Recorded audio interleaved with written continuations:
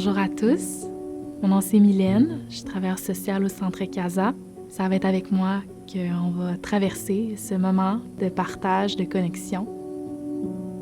Alors, je m'appelle Hélène. Je suis venue au Centre Casa pour m'aider pour une personne qui est très proche de moi.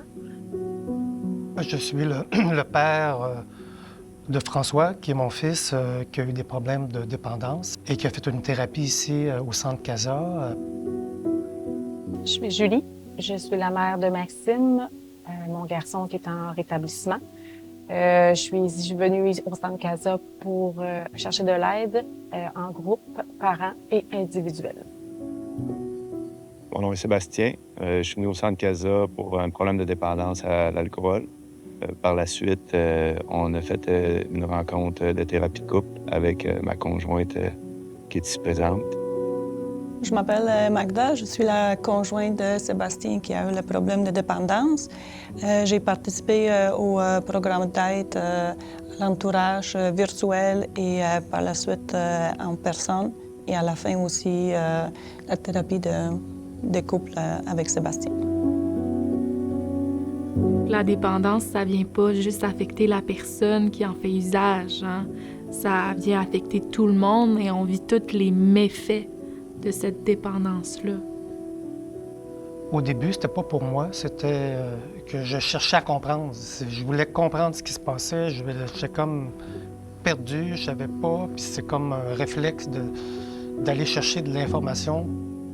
J'avais besoin d'aide parce qu'évidemment que j'étais en train de tomber. C'était aussi simple que ça.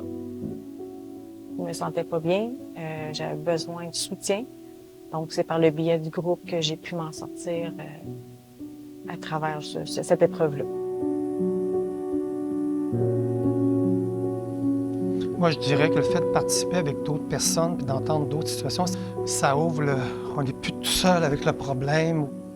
Puis on a l'impression souvent aussi quand on parle avec les autres, bien, on se sent écouté, mais on se sent compris. Alors, des fois, il y a des sentiments qu'on peut avoir de la misère à partager, mais on sait que les autres les ressentent aussi.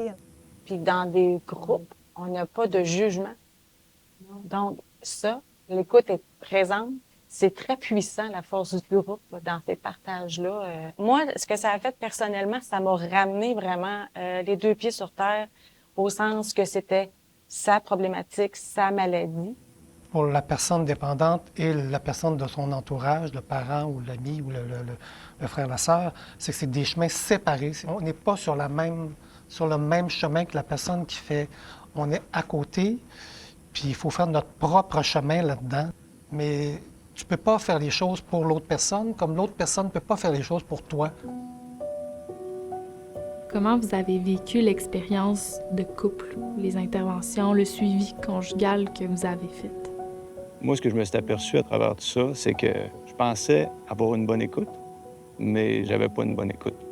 Je posais une question, mais j'écoutais pas la réponse. Et je pense que c'est pendant cette rencontre-là que j'ai compris que c'est important de prendre soin de nous-mêmes. C'était comme ça le moment déclencheur que je me suis dit, je suis rendue là de me protéger de tout ça. Qu'on avait au début, je pense que c'était chaque semaine, par la suite, chaque 2 semaines. C'était le temps qu'on consacrait pour parler de nos émotions. Je trouve que c'était le temps vraiment très bien investi. Dans notre cas, je trouve que notre relation est devenue plus forte qu'avant. Alors, quand on côtoie quelqu'un qui a des problèmes de dépendance, mais c'est pas à vie, c'est périodique. Puis le fondement de ça, c'est de croire en l'autre personne malgré tout ça, là.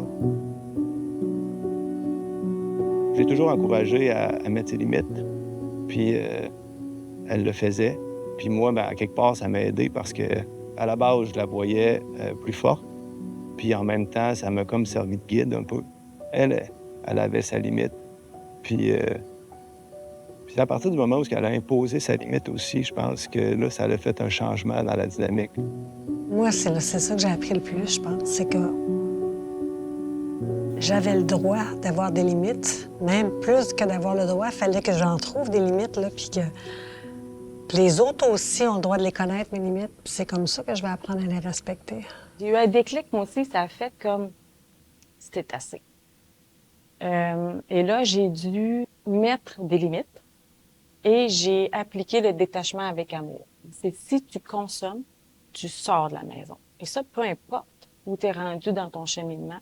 Début avril, Maxime avait consommé, avait rechuté. Et là, il a fallu que j'applique. Ça a été...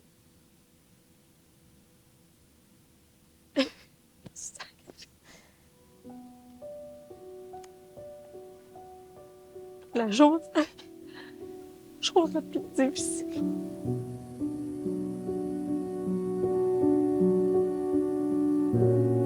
C'est comme si, à un moment donné, les limites, c'est une façon de continuer d'aimer l'autre. C'est de dire, je t'aime tellement que pour continuer à t'aimer, il faut que je me protège pour être disponible à toi. Ça achève ça, à un moment donné? Oui, parce qu'à un moment donné, moi, ce qui m'a aidé beaucoup, moi, c'est de comprendre qu'il n'y a rien de permanent, là.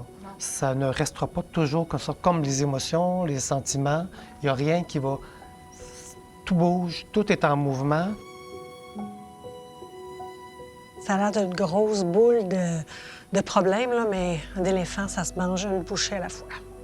Faire le premier pas, appeler. Juste ça. La personne qui va vous répondre, elle va vous guider. Puis tout le reste va sourire. Puis on a tout un peu nos carapaces, mais demander de l'aide. Demander de l'aide, c'est se montrer vulnérable à la base. Puis après ça, accepter que ce que les autres nous disent, que les choses doivent changer dans notre vie. Ouais, de ne pas avoir honte de demander, Non. de demander d'aide. C'est comme briser la solitude. Je trouve que ça m'a aidé beaucoup de parler avec d'autres personnes qui ont vécu la même chose. Alors, je trouve que de partager l'expérience, ça fait du bien. Je suis fière de moi d'avoir passé le processus et d'avoir continué. Et encore à ce jour, même s'il est en rétablissement, je continue quand même à cheminer. Alors, je me dirais bravo. Ouais. Oui, c'est vrai. C'est vrai. Il faut le reconnaître que je pense que j'ai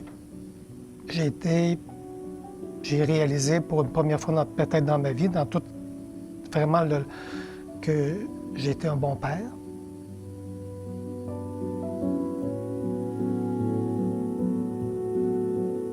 Il y a des façons de s'en sortir, il y a des façons de communiquer avec les autres, c'est d'être avec le monde, d'être avec les autres, les regarder, de se regarder soi-même, puis d'avancer. Après ça, faire confiance aux gens qui sont ici au centre parce que vous êtes extraordinaires.